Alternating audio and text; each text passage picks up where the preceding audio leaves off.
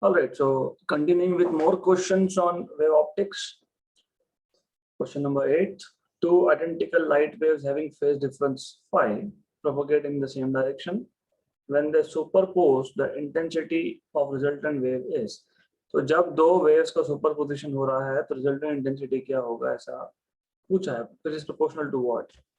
तो सबसे पहले, as I told you in the last session, in superposition of wave, you have two waves traveling along same direction. When these two waves reach at a point simultaneously, there is redistribution of energy. Okay, तो यहाँ पे energy redistribution होता है. तो these two waves may or may not be in phase. तो हो सकता है कि crest मैच हो रहा है, trough मैच हो रहा है, हो सकता है नहीं भी हो रहा है, हो सकता है crest and trough मैच हो रहा है, हो सकता है कि ये कंडीशन नहीं है, ऐसा दोनों ही नहीं है. तो these two are out of phase by some angle phi. तो phase difference phi है, मतलब वहाँ पे ऐसा मैं बोल रहा हूँ. तो in general, when these two waves will superpose, the amplitude, intensity नहीं, amplitude, हम intensity की बात करेंगे. The amplitude of resultant wave is given by A1 square plus A2 square plus 2A1 A2 cos of phi.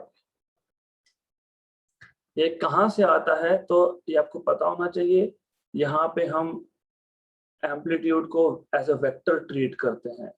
तो आपको पता है दो वेक्टर्स का रिजल्टेंट क्या होता है, A square plus B square plus 2ab cos of y. तो यही लिखा है मैंने. तो it's the same thing. You should know that when two waves superimpose, there is vector addition of amplitudes of the two waves. Okay, and also you know ये resultant amplitude है, तो resultant intensity जो होगा IR, it is proportional to resultant amplitude square, because intensity is proportional to amplitude square. ये हमको already पता है, so we know that. तो मैं लिख सकता हूँ resultant intensity is proportional to A1 square plus A2 square plus 2A1 A2 cos of phi. By the way, ये पूरा का पूरा derivation theory में होता ही है, हमारा हुआ है, but again we are deriving it. Also one more thing that you know, individual sources की जब बात होगी, ये तो resultant intensity है, जब दो waves एक point पे आ गए एक साथ, तब जो resultant intensity है उसकी बात हो रही है. तो in any case, अगर individual sources की बात की जाए, if you talk about individual sources, तो we know that for individual sources you have I1 proportional to A1 square and I2 proportional to A2 square. Therefore resultant intensity IR is proportional to I1, क्योंकि A1 square की जगह भी I1 लिखूंगा, A2 की जगह पे I2 लिखूंगा, 2 times of under root of I1, क्योंकि as you see I1 is proportional to A1 square, so A1 is proportional to root of I1, so root of I1 root of I2 cos phi, right? अब इन्होंने बोला है two identical light waves. When you say identical, it means I1 equal to I2 equal to I. जब identical बोल रहे हो तो intensity या फिर दोनों वेव्स का एम्पलीट्यूड सेम होगा.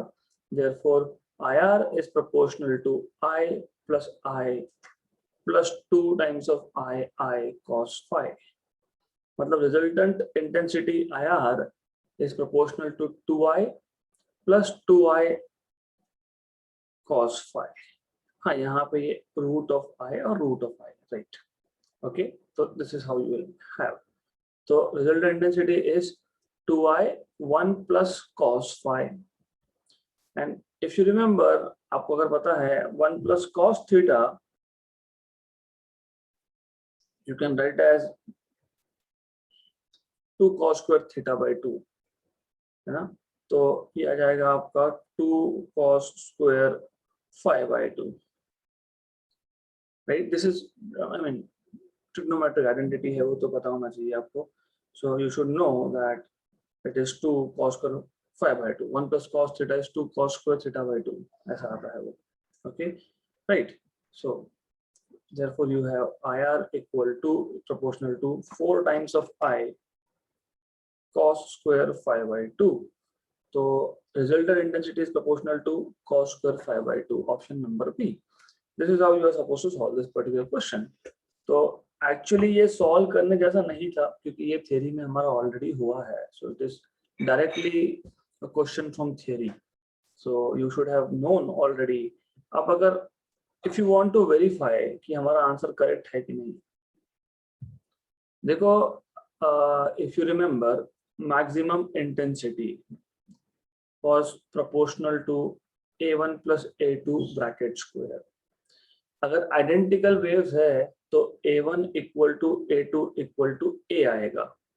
अगर आइडेंटिकल वेव्स है, क्वेश्चन में आइडेंटिकल वेव्स बोला है, तो this will be A plus A मतलब 2A का ब्रैकेट स्क्वायर मतलब 4A स्क्वायर, और A स्क्वायर मतलब इंटेंसिटी I. तो मैक्सिमम इंटेंसिटी कितना आना चाहिए? 4I, है ना. This is maximum intensity. जब दोनों वेव्स का एम्पलीट्यूड सेम होगा मतलब इंटेंसिटी सेम होगा तो 4I. यहाँ पे भी करके देखो. व्हेन आई से ये कंस्ट्रक्टिव इंटरफेरेंस की बात हो रही थी, Imax आपको जो 4I मिला दैट इज कंस्ट्रक्टिव. कंस्ट्रक्टिव क्यों? क्योंकि जब आप A1 plus A2 bracket square कब लिखते हो? मैक्सिमम इंटेंसिटी कब होता है? जब कंस्ट्रक्टिव इंटरफेरेंस होता है. कंस्ट्रक्टिव इंटरफेरेंस कब होता है? जब फेज डिफरेंस 0 होता है. So two phase do not have any phase difference, है ना. तो अब 4I हमको मिला था आंसर. तो देखते हैं यहाँ इस फॉर्मूला से भी 4I मिलता है क्या. तो Imax will be proportional to 4I. मैंने अभी भी बताया कि मैक्सिमम इंटेंसिटी मतलब कंस्ट्रक्टिव इंटरफेरेंस मतलब फेज डिफरेंस 0, cos 0 is 1, तो बराबर है. तो ये आपका आ गया 4I. मतलब जो फॉर्मूला आपने लिखा है that is correct. Okay. Minimum intensity के लिए भी करोगे तो सही आएगा क्योंकि minimum intensity will be 0 in this case. Okay. So this is how you are supposed to work out this particular problem. Next question. In Young's double slit experiment in an interference pattern, second minimum is observed exactly in front of one slit. The distance between the two coherent sources is D, and the distance between the source and screen is capital D. The wavelength of light source used is. तो ये question exactly same lines पे है, हमने कल किया था ये. तो not this one,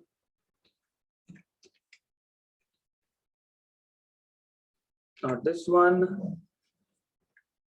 this one. तो अगर आपको याद है हमने कल ही ये क्वेश्चन किया था. So it is exactly the same solution. सिर्फ यहाँ पे थोड़ा सा change है. We will see what change is there. So just a minute. I'll take this to that page.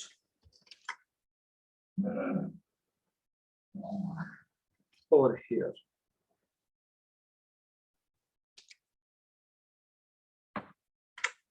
Okay. So अब सिर्फ डिफरेंस ये है कि उस क्वेश्चन में x5 मतलब fifth minimum was exactly in front of one of the slits. हाँ, यहाँ पे सेकंड है. तो क्वेश्चन नंबर 5 जो भी था जो हमने सॉल्व किया था, तो वहां पर सिर्फ इतना बताया था कि फिफ्थ मिनिमा मतलब डिस्ट्रक्टिव इंटरफेरेंस का फिफ्थ ऑर्डर ये वन ऑफ द स्लिट के सामने है. राइट. हमारे इस क्वेश्चन में सेकंड बोला है. That's it. That's all.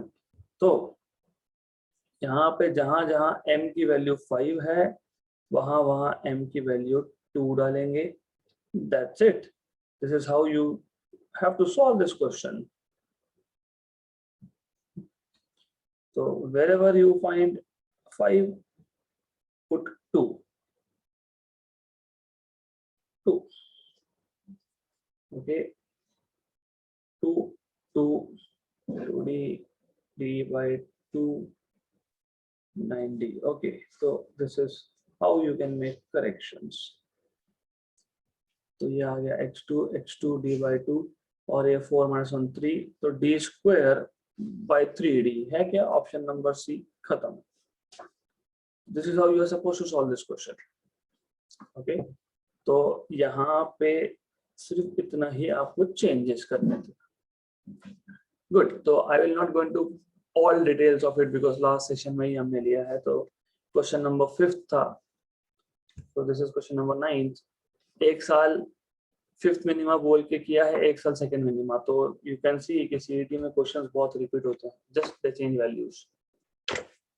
Next question. Interference fringes are produced on a screen by using two light sources of intensity I and 9I. The intensity of one source is I and the other source is 9 times of I. The phase difference between the beams is pi by 2. तो आपको phase difference दिया है pi by 2 at point P and मतलब ये phase difference at point P है. And the phase difference is pi at point Q on the screen. Okay, the difference between resultant intensities at P and Q is. तो मैं question समझा देता हूँ, बहुत easy question है. You have a screen on which you will observe interference pattern. Then you have two slits, as you already know कि यहाँ पे दो slits होते हैं. These two slits acts as secondary sources, and waves coming from these two sources, S1 and S2, the waves will interfere on the screen, form a pattern. तो यहाँ पे कोई दो पॉइंट है, एक P पॉइंट है मान लो, एक Q पॉइंट है ऐसा मान लो, राइट. तो A पॉइंट पे जो waves पहुंचेंगे from S1 and S2, they have a phase difference of pi by 2, और Q पॉइंट पे जो waves पहुंचेंगे they have a phase difference of pi. This is what I have been told to you. आपको resultant intensity at P and at Q का difference निकालना है. तो you already know, अभी अभी हमने एक फॉर्मूला बनाया, तो you can directly use this. ये 4i cos square 5 by 2, क्योंकि अभी अभी हमने देखा resultant intensity का फॉर्मूला क्या था, we have just derived. Otherwise वापस करते बैठेंगे तो it makes no sense. तो you should know that resultant intensity IR is proportional to 4 times of I. लेकिन एक प्रॉब्लम है, अभी आप डायरेक्टली क्यों नहीं यूज कर सकते. तो ये एक प्रॉब्लम है कि आप इसलिए नहीं कर सकते हो यूज क्योंकि यहाँ पे ये जो पर्टिकुलर फॉर्मूला है ये under condition I1 equal to I2 equal to I है, तो you can not do it. तो what you can do is you can use this formula. आप ये फॉर्मूला यूज कर सकते हो रिजल्टेंट इंटेंसिटी का. तो you can use this. So you can say resultant intensity at a point is equal to I1 plus I2 plus 2 root I1 I2 cos of phi, right? यही formula था. This was the same formula, resultant intensity at a point due to two sources which do not have same intensities. तो ऐसा है. तो at point P की जब बात करोगे, and I1 आपको दिया है I, I2 आपको दिया है 9I, 2 times of root of I1 I2 is root of 9I, और P पॉइंट के लिए फेज डिफरेंस आपको दिया है बेसिकली पाई बाई 2. ओके, तो ये आ जाएगा आपका 10I प्लस 2 रूट I और ये रूट 9I, मतलब रूट 9I स्क्वायर मतलब 3I. cos phi, cos of pi by 2, cos of 90 is anyways 0, तो वो 0 ही आता है. तो सेकेंड टर्म मतलब 0 ही हो रहा है. तो resultant intensity at point P is 10I. Similarly, resultant intensity at point Q, IQ, is equal to I1 is I, I2 is 9I. Plus अभी देखो ये फैक्टर आपने अभी भी फाइंड कर लिया ना, अभी भी किया आपने 2 into 3I, तो ये 6I है, हमको पता है, मैं वापस नहीं करने वाला. Cos of phi Q, cos of phase difference at Q, that is pi. Cos of pi, cos of 180 मतलब -1, तो ये आ गया आपके पास 10I minus 6I मतलब 4I. तो resultant intensity at point Q is 4I. तो डिफरेंस क्या होगा, therefore IP minus IQ will be equal to 10I minus 4I equal to 6I. तो ऑप्शन नंबर C, ऐसा क्वेश्चन सॉल्व करना है आपको. So all you have to know is formula for resultant intensity at a point in terms of phase difference and in terms of individual intensities. तो I1 plus I2 plus 2 root I1 I2 cos of phi इतना पता होना चाहिए आपको. That's it. That's all you are supposed to know. So this is how you are supposed to solve the question. Easy है. Okay. So let's solve. Next one. Two coherent sources P and Q produce interference at point A on the screen, where there is a dark band which is formed between fourth bright and fifth bright. Okay. Wavelength of light used is 6000 angstrom. The path difference between PA and QA is. अच्छा question है, तो question समझ लेते हैं पहले. तो two coherent sources है हमारे पास. You have coherent source P, you have coherent source Q. So you have two sources, then you have a screen. Okay, so P and Q. All right. So there is a point A on the screen where there is a dark band. तो A point पे कहीं भी होगा, A point जहां भी होगा, तो A point है यहाँ पे जहां पे dark band है. So you have a dark band over here. तो ये जो dark band है, this dark band is formed between fourth bright and fifth bright band. So this dark band is between fourth and fifth bright band. Okay, तो fourth और fifth bright band के बीच में ये dark band है, ऐसा बोला है आपको. Right. Now if the wavelength of light used is 6000 angstrom, the path difference between PA and QA is. तो बेसिकली आपको पूछा क्या है, आपको डेल्टा पूछा है. डेल्टा मतलब पाथ डिफरेंस आपको पूछा है, मतलब बेसिकली QA minus PA या फिर PA minus QA पूछा है. ओके, तो how to solve this question. देखो, सबसे पहले आपको बताना चाहिए path difference is nothing but, आपको अगर याद होगा मैंने बताया था phase difference phi is equal to k into path difference. तो फेज डिफरेंस फाई के is 2 pi by lambda into path difference. Okay, therefore path difference delta is equal to lambda by 2 pi into phase difference. तो अगर मुझे phase difference मिल गया तो मतलब मुझे पाथ डिफरेंस मिल गया, क्योंकि लैम्डा मुझे पता है 6000 एंगस्ट्रॉम है, वी नो दैट. तो the idea here is to find out phase difference. Up, if you remember, constructive और destructive interference, आप या तो in terms of path difference लिख सकते हो या फिर आप in terms of phase difference लिख सकते हो. तो कैसे लिखते हैं पहले वो देख लेते हैं कि how do you write down path difference and phase difference for constructive and destructive. तो आइडिया तो ऐसा ही था कि हमारे पास दो वेव्स है, दो या दो से ज्यादा, बट नॉर्मली दो वेव्स की बात कर लेते हैं हम लोग. Okay, so I have to draw a proper diagram over here, क्योंकि ये हम आपको आगे भी काम में आ सकता है. And if you are going for engineering, I am definitely telling you, अगर आप इंजीनियरिंग के लिए जा रहे हो तो फर्स्ट ईयर में इंटरफेरेंस आपको पढ़ने की जरूरत नहीं पड़ेगी, बिकॉज यही सब है वहां पे. तो इन डिटेल अभी से पता हो जाएगा तो इट इज बेटर.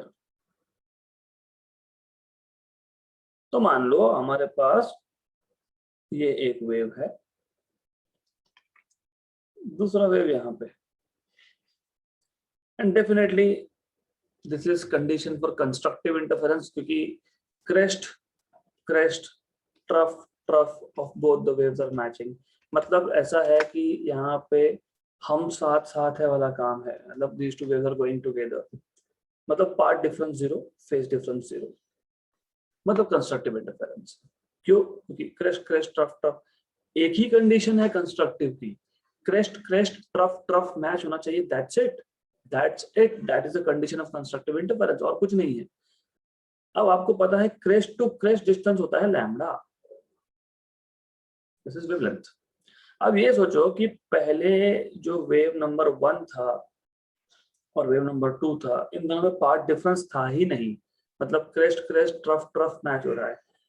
अब अगली बार क्रेस्ट ट्रफ कब मैच होगा? जब मैं दोनों में से किसी भी एक वेव को लैम्डा से मूव करता हूं, है.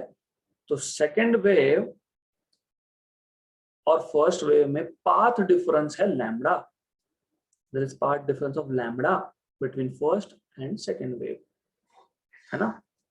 तो मैंने सेकेंड वेव को लैम्बडा से शिफ्ट किया तो वापस क्रेस्ट और क्रेस्ट मैच हो रहा है, मतलब वापस कंस्ट्रक्टिव इंटरफेरेंस है, राइट। मतलब delta equal to lambda again gives you condition for constructive interference.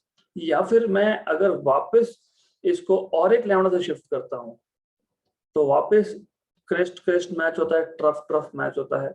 मतलब इन जनरल कंस्ट्रक्टिव इंटरफेरेंस कब होगा, तो कंस्ट्रक्टिव इंटरफेरेंस तब होगा जब path difference 0, lambda, 2 lambda, 3 lambda, 4 lambda, 5 lambda, in short when part difference is n lambda,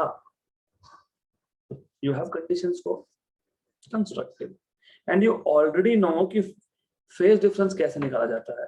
तो phase difference is nothing but 2 pi lambda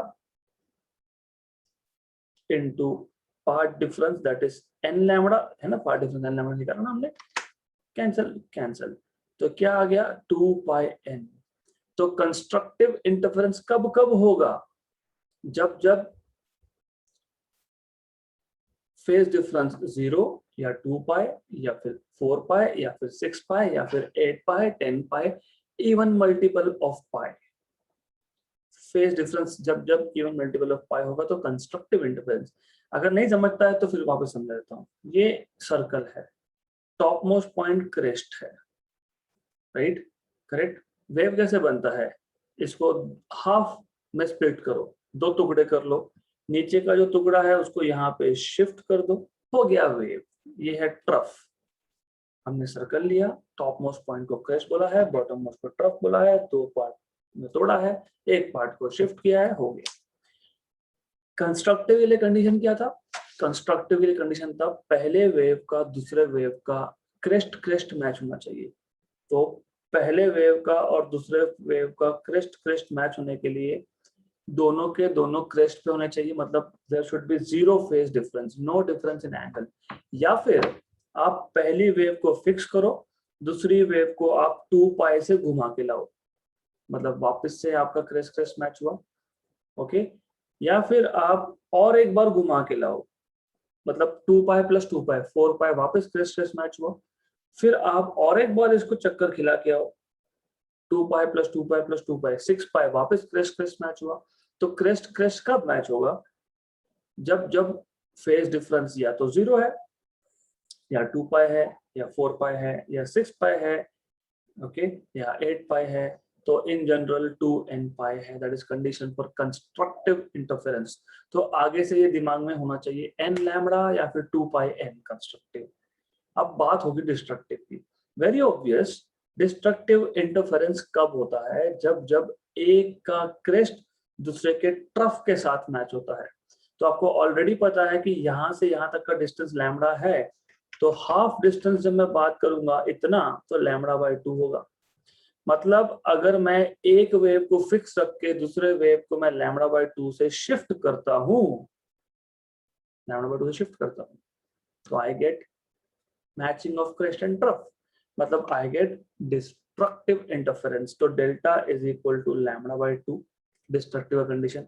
या फिर मैं इस वेव को पहले लैम्बडा बाय 2 से शिफ्ट किया, अब मैं और एक लैम्बडा से शिफ्ट करता हूं, तो I will shift by 1 more lambda.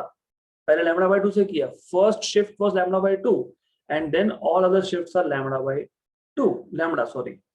तो पहला ही शिफ्ट ऐसा था, पहले वेव यहाँ पे था, हमने लैम्बडा बाय 2 से शिफ्ट किया, क्रेस्ट एंड ट्रफ मैच हुआ। मतलब फर्स्ट कंडीशन पहली बार डिस्ट्रक्टिव इंटरफेरेंस किसके लिए बना, delta equal to lambda by 2 के लिए। अगली बार मैं अगर लैम्बडा बाय 2 पे शिफ्ट करता हूं तो क्रेस्ट क्रेस्ट मैच हो जाएगा, which is condition for constructive. तो मुझे नेक्स्ट टाइम जो है लैम्बडा से शिफ्ट करना पड़ेगा, क्योंकि वापस क्रेस्ट ट्रफ मैच करना है। मतलब सेकेंड टाइम डिस्ट्रक्टिव कब मिलेगा, प्लस लैम्बडा करने के बाद। उसके बाद कब मिलेगा, प्लस 2 लैम्बडा करने के बाद। उसके बाद कब मिलेगा, प्लस 3 लैम्बडा करने के बाद। तो हर बार जब पहला शिफ्ट लैम्बडा बाय 2 होना चाहिए, फिर एक लैम्बडा ऐड किया 3 लैम्बडा बाय 2 डिस्ट्रक्टिव, फिर और एक लैम्बडा ऐड किया 5 lambda by 2 destructive, so on and so forth. In general, you can say that you should have 2m minus 1 lambda by 2 where m starts from 1. मैंने कल ही बताया था, you have to be little sure over here. अगर आपको m नहीं use करना है कोई फर्क नहीं पड़ता है. If you don't want, okay, you can say 2n, कोई फर्क नहीं पड़ता है 2n. लेकिन n लिखा, n आपने 0 से स्टार्ट करके रखा है तो +1 करना पड़ेगा lambda by 2. Put n equal to 0. If you put n equal to 0, 2 into 0 is 0, +1 is 1, lambda by 2 पहला कंडीशन आ गया destructive. Yes. Put n equal to 1, 2 into 1 is 2, +1 3 lambda by 2, second condition आ गया. Yes. So this is the condition for destructive interference.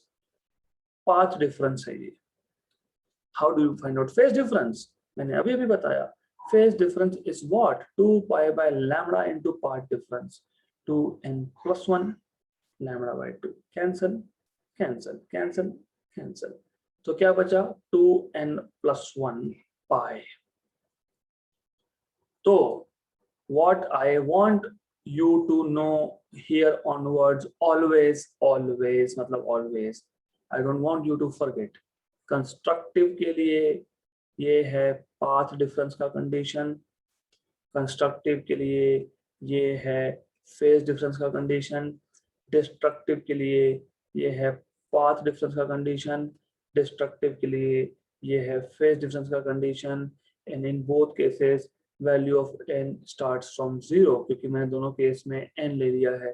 तो this is for constructive, this is for destructive. ये अगर आपको formulas याद रह गए तो then questions will be nothing but a joke for you. कैसे? अब पढ़ो क्वेश्चन. हमारे पास दो सोर्सेस है PQ. इंटरफेरेंस पैटर्न प्रोड्यूस हो रहा है. Good. Yes. At point A.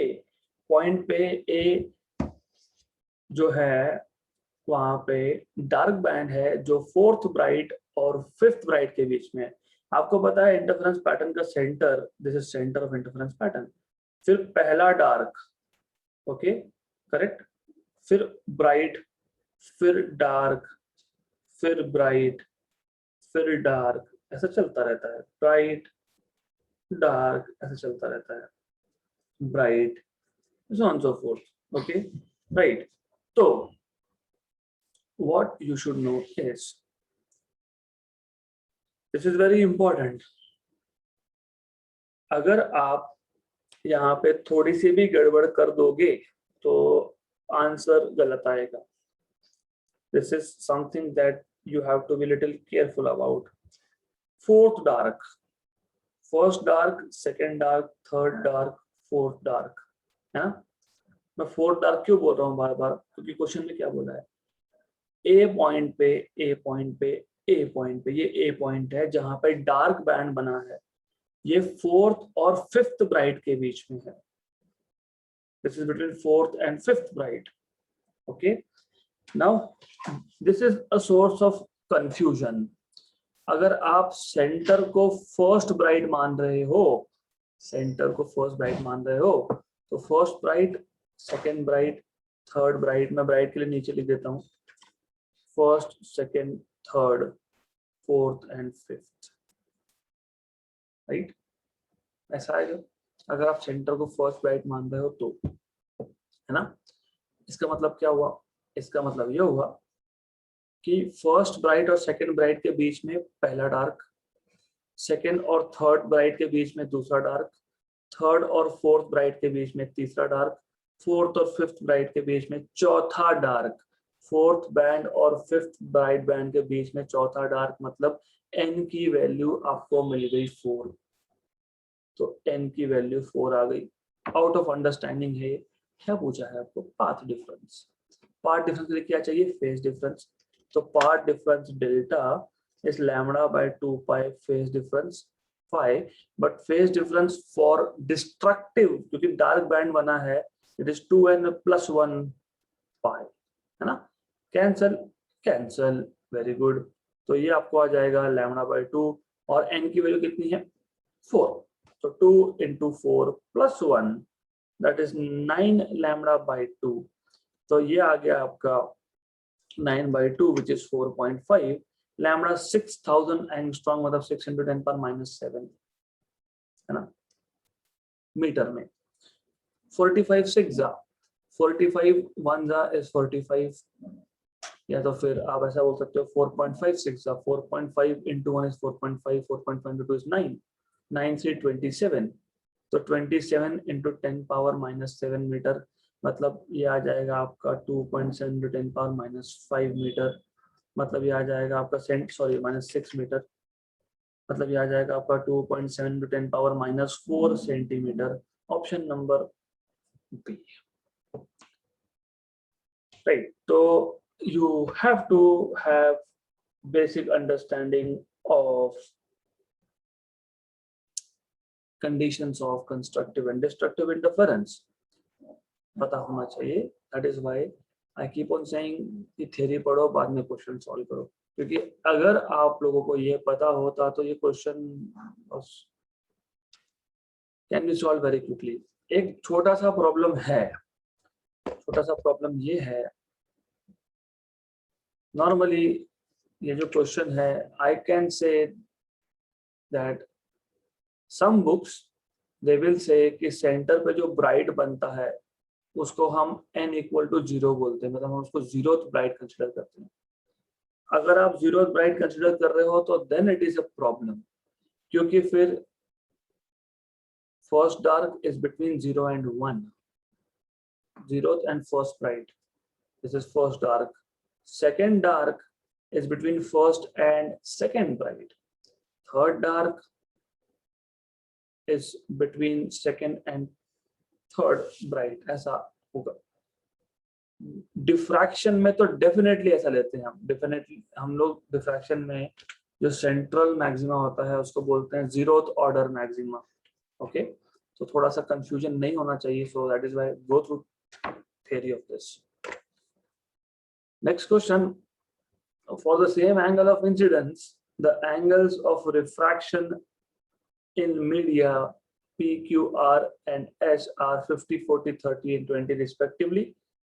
The speed of light is minimum in medium. वैसे this does not belong to this particular chapter so I will skip it। ये पिछले chapter का था, पिछला नहीं, ये actually it's a part of ray optics so let's skip it। Question number 13th. The distance of a point on the screen from two slits in biprism experiment is 1.8 into 10 power minus 5 meter and 1.23 into 10 power minus 5 meter। तो क्या बोलना चाह रहे हैं वो? Let us take this diagram।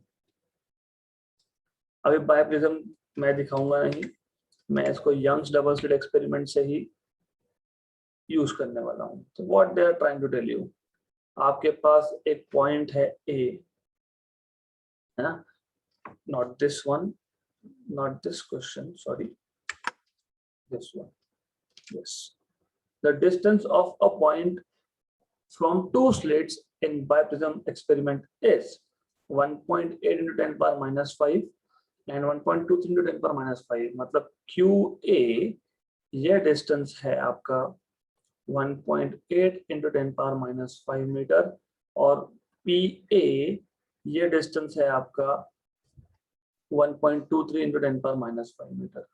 मतलब आपको सीधा सीधा पाथ डिफरेंस मिल जाएगा। What is path difference? Path, what is path? Path is the total distance travelled by a wave to reach a point on the screen, है ना। तो Q से A तक पहुंचने के लिए कितना पाथ? QA। P से A तक पहुंचने के लिए कितना पाथ? PA। तो इन दोनों का सब्ट्रैक्शन कितना? Path difference. Difference of path travelled by waves from Q and P to reach A is QA minus PA। तो पाथ डिफरेंस मिल गया आपको 1.8 into 10 power minus 5 minus 1.23 into 10 power minus 5 metre. तो ये आपको मिल जाएगा if you subtract 0.57 into 10 power minus 5 metre. ये path difference आ गया आपके पास। मीटर ही है ना, मीटर ही है, राइट, ओके, ऑलराइट, गुड। मतलब you can write it as 57 into 10 power minus 7 metre. if the wavelength of light used is 6000 angstrom, मतलब 6 × 10⁻⁷ meter, the fringe formed at that point is, तो A point पे जो fringe बनेगा वो 10th bright होगा, 10th dark होगा, 9th bright होगा, 9th dark होगा, वो क्या होगा ऐसा आपको पूछा है। ओके, तो अभी अभी हमने ये कंडीशन देखे, पार्ट डिफरेंस अगर इंटीग्रल मल्टीपल ऑफ लैम्बडा हुआ, मतलब पार्ट डिफरेंस अगर आपके पास, पाथ डिफरेंस अगर आपके पास n लैम्बडा या फिर 2n लैम्बडा बाई 2 हुआ तो ब्राइट, अगर path difference 2n + 1 lambda by 2 हुआ तो डार्क। मतलब if you have even multiple, क्योंकि n की वैल्यू में 0 डालता हूं तो कंस्ट्रक्टिव के लिए क्या होगा 0, डिस्ट्रक्टिव के लिए क्या होगा लैम्बडा बाई 2। अगर मैं n की वैल्यू 1 डालता हूं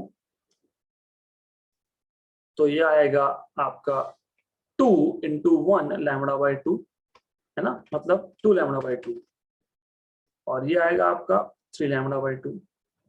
अगर मैं n की वैल्यू 2 डालता हूं तो ये मुझे मिलेगा 4 लैम्बडा बाई 2 और ये मुझे मिलेगा 5 लैम्बडा बाई 2, है ना। मतलब ये है even multiple of lambda by 2 constructive interference, और डिस्ट्रक्टिव में है odd multiple of lambda by 2। So constructive interference is when you have part difference as even multiple of wavelength by 2, and destructive interference is when you have part difference as odd multiple of lambda by 2. This is what you need to know. तो part difference है क्या हमारे पास? Yes, delta हमारे पास है, lambda है हमारे पास, yes lambda भी है।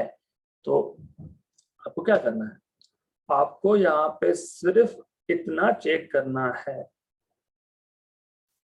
कि ये जो पार्ट डिफरेंस है ये लैम्बडा बाय 2 का इंटीग्रल मल्टीपल है, इवन मल्टीपल है मतलब, या फिर ऑड मल्टीपल है लैम्बडा बाय 2 का, सिर्फ इतना आपको चेक करना है। सबसे पहले you already know that delta equal to 57 × 10⁻⁻10, मतलब 57,000 × 10⁻⁻10 मीटर, है ना, मतलब 57,000 एंगस्ट्रॉम, बराबर। और वेवलेंथ आपको कितना दिया हुआ है ऑलरेडी, वेवलेंथ आपको ऑलरेडी दिया हुआ है 6000 एंगस्ट्रॉम। तो वेवलेंथ जो है आपको ऑलरेडी 6000 एंगस्ट्रॉम दिया हुआ है। 6000 1 जा 6000, 2 जा 12000, 3 जा 18000, 24, उसके बाद 30, 36, 42, 48, 54,000 के बाद 60,000, है ना। तो बेसिकली क्या है कि delta equal to n lambda, path difference क्या है हमारे पास 57,000, n ये 6000, ओके करेक्ट। तो you don't have path difference, ये मल्टीपल ऑफ वेवलेंथ है ही नहीं, क्योंकि अगर आपको टेबल याद है तो 6000 1 जा 2 जा, है ना, 3 जा 4 जा 5 जा 6 जा, अगर आपको याद है ये 42, 48, 54,000, उसके बाद 60,000। कंडीशन क्या थी कंस्ट्रक्टिव के लिए? कंस्ट्रक्टिव के लिए कंडीशन आपके पास ये थी कि पाथ डिफरेंस जो है वो लैम्बडा का इंटीग्रल मल्टीपल होना चाहिए या फिर लैम्बडा बाय 2 का इवन मल्टीपल होना चाहिए। तो आप n लैम्बडा बोलोगे मतलब इंटीग्रल मल्टीपल ऑफ वेवलेंथ, अगर 2n लैम्बडा बाय 2 बोलोगे तो आप बोलोगे even multiple of wavelength by 2, even multiple of lambda by 2। तो ये कंडीशन तो सेटिस्फाई हो नहीं रही है, हो रही है क्या? नहीं हो रही। 57,000 इस सेक्शन के टेबल में आता है क्या? नहीं आता, नहीं आता है। इसका मतलब ब्राइट वाला तो एक भी आंसर करेक्ट हो नहीं सकता। एंड रिमेंबर वेव ऑप्टिक्स थोड़ा इन डिटेल लेता हूं मैं, तो मे बी 1 or 2 लेक्चर्स हमको ज्यादा लग जाए, it's okay because you have to understand this, right. तो दिस इज फॉर श्योर कि हमारे पास जो कुछ वैल्यूज है उससे तो पक्का है कि ब्राइट तो होगा नहीं, since path difference delta is not an integral multiple of wavelength lambda, therefore we cannot have bright fringe at the given point. उस गिवन पॉइंट पे ब्राइट तो हो नहीं सकता, मतलब होगा डार्क ही। अब डार्क होगा तो डार्क कंडीशन तो पता ही है। Therefore given point is dark. Therefore for dark delta is equal to, मैंने अभी अभी बताया आपको कि आप यहाँ पे 2n -1 +1 जो भी कंडीशन आपके पास है +1 λ/2 यूज कर सकते हो। ओके, तो you have to use this, solve this and to get what is n। Okay, तो ये 57,000 है। अब अगेन यहाँ पे प्रॉब्लम है, बहुत ज्यादा प्रॉब्लम है। I am telling you, books में इतना कंफ्यूज करके रखा है, कहीं पे n की वैल्यू 0 से स्टार्ट करते हैं, कहीं पे n की वैल्यू 1 से स्टार्ट करते हैं। तो मुझे पर्सनली पसंद नहीं आता। क्यों नहीं आता? क्योंकि हमको पता है ना कि सेंटर इंटरफेरेंस का सेंटर ब्राइट ही होता है, मतलब n = 0 ब्राइट ही होता है। इसलिए I personally prefer to use यहाँ पे n की जगह पे m, बात खत्म। मतलब इट इज स्ट्रेट फॉरवर्ड, कोई कंफ्यूजन नहीं बचता यहाँ पे। मैं आपको दोनों कंडीशंस क्यों देता हूँ बार बार? क्योंकि आपका जो बुक्स है ना उसमें ऐसा लिखा हुआ है, तो फिर your books says this conditions, okay, whereas if you ask me, मेरा पर्सनल चॉइस होगा, I will put m here, take out this plus sign, put a minus and start value of m from 1। okay, so anyways, तो you have to solve this। तो यह आ जाएगा आपका 2m - 1 6000, मैंने दोनों को एंगस्ट्रॉम में रखा है by 2, ये गया, ये भी गया, ये 1 जा, ये 3 जा, 57 3 जा। ओके, 57 3 जा होता है 19, 1 जा 19 जा, तो 19 = 2m - 1, मतलब ये आ गया आपका 2m = 20, तो m = 10th डार्क, तो you have m = 10th dark, option number B.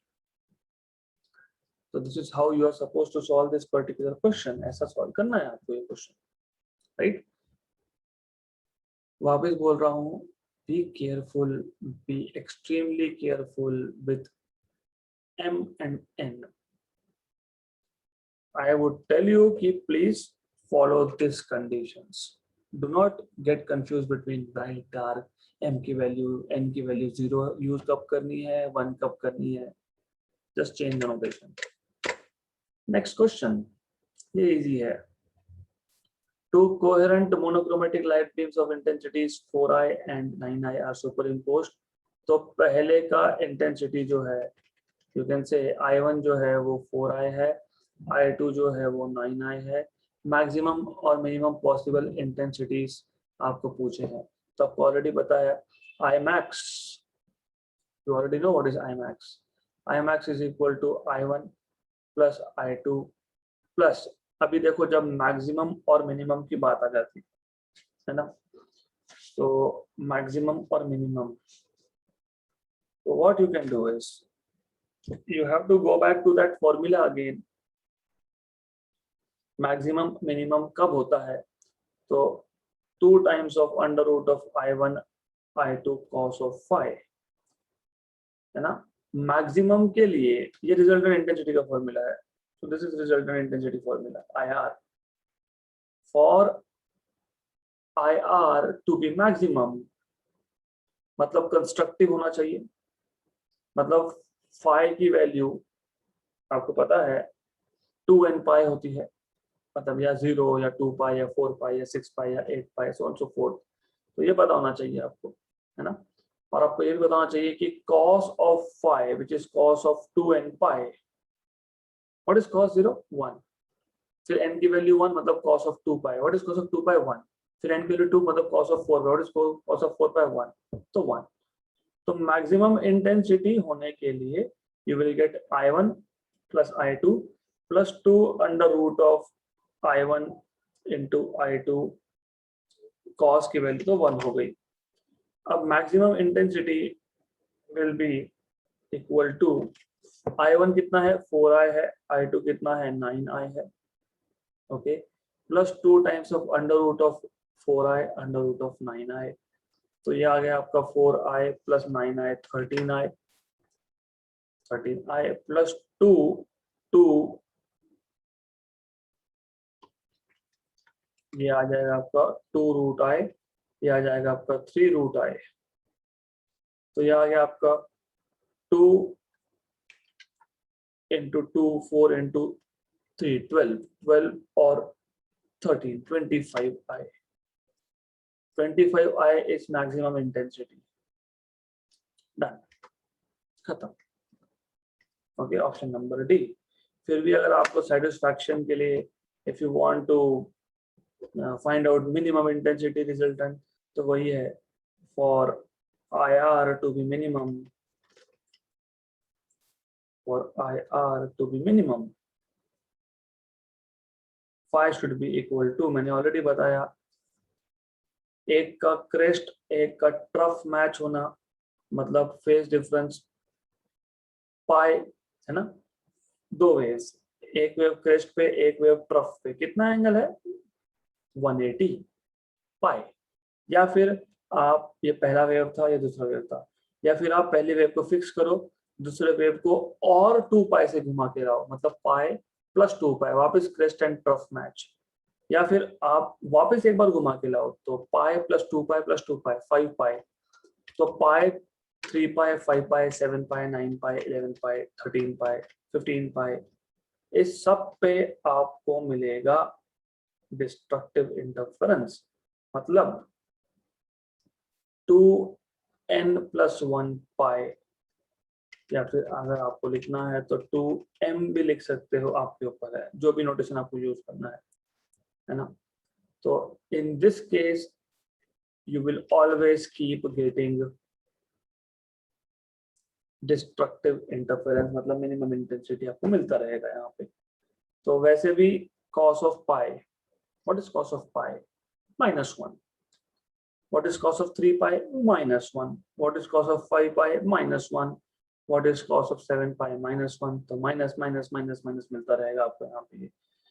तो here you will have resultant intensity to be minimum, that is equal to I1 plus I2 minus 2 root of I1 root of I2, क्योंकि cos of phi ये -1 आया इसलिए बीच में minus लिखा है मैंने। तो ये आ जाएगा आपका 4i प्लस 9i माइनस, ये तो अभी अभी आपने किया ही है, यू सी, ये root of 4i root of 9i, तो ये रूट ऑफ I1 I2, मतलब ये तो आपका 12i वैसे भी आएगा, है ना। तो ये आ जाएगा आपका 13 माइनस 12 इज 1i, मतलब ओनली i। तो मिनिमम के लिए i आ गया आपका कंडीशन, राइट। तो this is how you are suppose to solve this particular question. तो question was very very trivial, simple question है ये, ओके। तो ऐसा उसको सॉल्व करना है, good. So that's it, we will stop for today. We are taking roughly 7 questions per lecture for this particular topic, right? तो कल मैं दो, बाकी के 2 सेशन में 8 and 8 8 8 16 and 14 30 roughly इतने क्वेश्चंस हम लोग करेंगे इस पे। So we will stop for today.